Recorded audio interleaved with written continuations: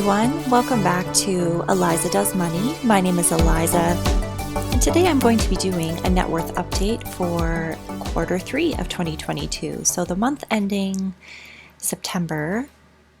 Just to get started, today is Sunday, October 2nd. So I wanted to do this before it got too far along in October. It's a lazy Sunday.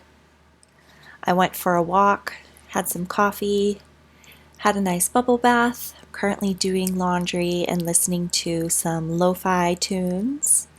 So it's a great day. Let me know in the comments how you spent your Sunday, October 2nd. So let's jump into updating my net worth tracker. So I guess before I get started, I'll just say that this net worth tracker is for my personal net worth, so not the combination of my husband and I's. The reason I do that is I'm not sure if he is comfortable with me showing his numbers on these videos. He might be, and I might add that in the future, but for now these will just be mine. So my net worth goal for the end of 2022 is set at $20,000. So this current net worth, I think this was maybe my starting net worth at the beginning of 2022, but I'm going to update for the end of September, and since this is a newer spreadsheet, the numbers for the rest of 2022 won't be in here, but I will use this for end of December as well. And I'm just saying hello to my little kitty who just came to join me and is probably going to be batting at my cords. Okay, so let's get started. The first category is assets, and specifically cash and bank accounts. So for this, I'm just tracking my checking account minimum balance. So I hold a minimum balance of $3,000 so that I don't have to pay banking fees. So I bank with one of the big 5 in Canada, and anyone who does knows that their fees are quite high. But this is part of my emergency fund anyways, so this isn't money that I would invest. So that just sits in there, and so that is still at $3,000. And that's the only real cash and bank accounts that I'm going to track here. We do have a house down payment, travel sinking fund, emergency fund, savings, and I have a shopping sinking fund, but I'm not going to add those to this for now. I will do another video in the future explaining how I use sinking funds, just to go into more detail about that. So the next asset category is investments. So I have 2 investments under my name. The first is my workplace pension. Now this is a defined contribution pension, so it's more like a RRSP, for those of you that are from Canada, an RRSP with an employer match, and in the United States this would be similar to a 401k with a company match. So I have a company match of 8.6%, which is amazing, and I'm contributing I think about 7 to 8% of my own paycheck. I'm always working to get that as high as I can, but for now I think the total going in is 16% of gross, but I'm not exactly sure on the number. And this is invested in a aggressive growth portfolio, which is a split of I think about 70% equities and 30% that's split between alternatives and income. And again, I don't have those specific details right now, but I might do another video about that in the future. So at the start of 2022, my pension was sitting at $15,676.28. I've been working on upping my contribution as much as I can. And so end of September, that is sitting at $21,027.40. I haven't seen any growth this year.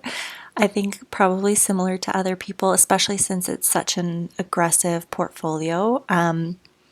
But my contributions have been sort of keeping up, at least since it has gone up since this 15,000. So that's a win in my books. The next investment I hold is my tax-free savings account. This I just started in October of 2021, so I'm working on building that up and increasing my contributions regularly. And this is invested mostly in index tracking ETFs. So at the start of 2022, it was sitting at $684.46. And end of September, after I contributed that $500 from my September 29th pay, my tax-free savings account is now sitting at $2,389.79. So one thing that my husband and I share that I am tracking on here is our car loan. And this is just so I can keep track of where it's at. And the way that I include this in my net worth is to just have the value of the car be equal to the value of the car loan. So the value of the car is a plus on the asset side, and the value of the loan is a minus on the liabilities side. And that way it zeroes itself out, because I don't want to be relying on the vehicle's value to increase my net worth. I'm mostly just using this to keep track of the loan amount. So the start of 2022, the loan was sitting at $46,532. Again, this is a new vehicle. We bought this right at the end of 2021, and we just have the one vehicle. And the way that I'm going to input this in is to just keep track of how much it's sitting at by taking the starting amount and then subtracting the loan payment, which is $581.65 per month. And then that is I'm going to drag this formula, and then that will show me that in September, the loan is sitting at $41,297.15.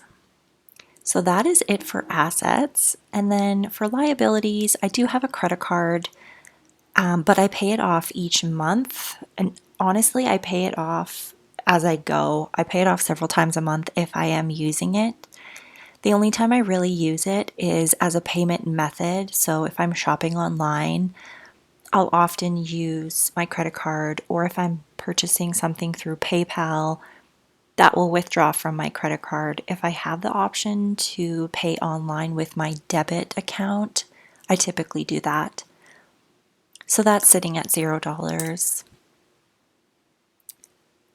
So next is the long-term debt. So again, we have the car loan on here. So this is going to be the same as for the asset category, and that's just going to be the starting balance on the loan minus the monthly payment. No, I do not want to autofill that. So again, that car loan is sitting at $41,297.15. And then my other debt is my student loan. This started off the year at $14,721.56. So this is held with the federal government of Canada, and it has been on an interest pause for about a year now, I think, if not more. Payments were paused during COVID, so we focused on paying off our credit cards and my husband's student loan at that time. And so now I am focusing on getting this paid off because I'm over it. So end of September, let me just show how I've actually been paying off this student loan. So my minimum payment is $156.45. So I was paying that minimum, so $160 per month for January, February, March, April, May, June, and July. And then in August, I decided I am over these loans. I'm going to start increasing my payment. So I paid $500 in August, $500 in September, and then October, I'm paying $601.56. And that's come out of my bank account, but it hasn't been applied to the loan yet. So at the end of September, I'm going to say that that was sitting at that $12,601.56, which is why I paid the $601.56, because I want to get that down to an even $12,000, and then I'll likely continue with $500 per month, unless I want to bump it up, but I'm not sure yet. All right, so that is a breakdown of my personal net worth, where that's sitting at, as well as the car loan that my husband and I have. Let's see. Okay, so we're currently sitting at $13,815.63. And the goal for the end of the year is $20,000. I think this is doable. Because let's see, if I'm putting about, so my pension, I'm just getting out my calculator on my phone. My workplace pension, I'm putting in about $1,000 a month. So let's see, end of October, November, December. So we've got 3 more months of that. So that's $3,000. Mind you, that will probably go down if the markets continue to go down, but just as an estimate. And then tax-free savings account, I am still trying to do $500 per month if I can. So that's another $1,500 that's going to go in, which puts us at $4,500. And then the car value is not going to add to the net worth. So the student loan paid down. So let's see, if I pay down $500 a month for 3 months, that's another $1,500. So I'm estimating adding about $6,000 to my net worth before by the end of December. So that would put me roughly at $19,815. So pretty darn close. So I think that's doable. And it's good to do this check-in, because now I know that if I have anything extra at the end of the month, maybe it's a good idea to put that into my tax-free savings account rather than my shopping fund. But yeah, it's just good to kind of do a check-in before the end of the year to see if I can hit this goal, which will mainly be due to my contributions rather than growth. So I'm not counting on having any growth in my investments. Rather, it's probably going to go down still. So yeah, just an extra motivation, I guess, to try to keep my investment amount up, or even increase how much I put onto my student loan, because that won't. So like if I put, say I put $1,000 into my investments and then that goes down because the markets are continuing to go down, then that $1,000 doesn't get added to my net worth. It might be more like a $500 add to my net worth.